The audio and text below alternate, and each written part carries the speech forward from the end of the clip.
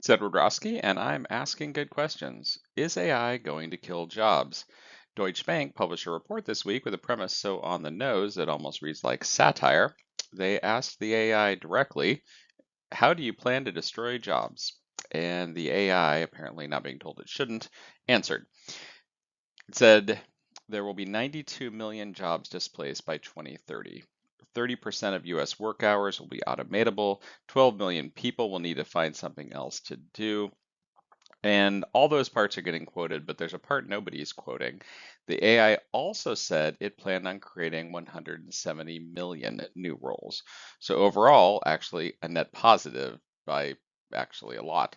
So the headline really should be the AI thinks it's going to be fine, which is exactly what you'd expect the thing doing the replacing to say.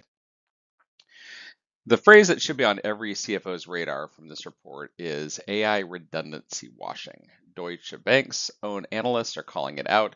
Companies are blaming layoffs on AI when the real reasons are COVID, rehiring over capacity, bad planning, just plain old cost cutting. It's the new, we need to restructure, we need to achieve new synergies, we need to right size, except now you get to say, we need to do this because the algorithm made me do it. And some of those cuts are real. Things like customer service, marketing, copy, those areas are getting demolished. Deutsche Bank says AI will handle 75% of all service interactions by the end of 2026. That's not washing, unless you're washing in a tsunami. But when your company lays off 200 people in marketing and says it's because of AI, maybe ask what those 200 people were actually doing.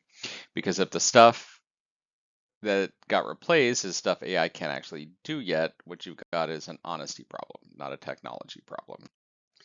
Here's the number that matters most if you're running a company. 40% of employees now fear losing their jobs to AI, and that's up from 28% just 2 years ago. Deutsche Bank called it back in January and said the honeymoon is over. And this is where it gets strategic for anyone in the C-suite. Your best people aren't scared of AI. Your best people are scared you're going to use AI as an excuse to do dumb things. The companies that win the next 3 years aren't the ones that replace the most humans with agents. They're the ones that figure out what humans are actually good for now. Deep empathy, complex judgment, the stuff Deutsche Bank calls sectors of resilience, nursing, therapy, early childhood education, and honestly, leadership, like real leadership, not the kind that an algorithm can fake. If you're a CFO reading your own workforce anxiety surveys, the question isn't how many seats can I replace? It's how do I make the seats I keep worth sitting in? Until next time, keep asking good questions.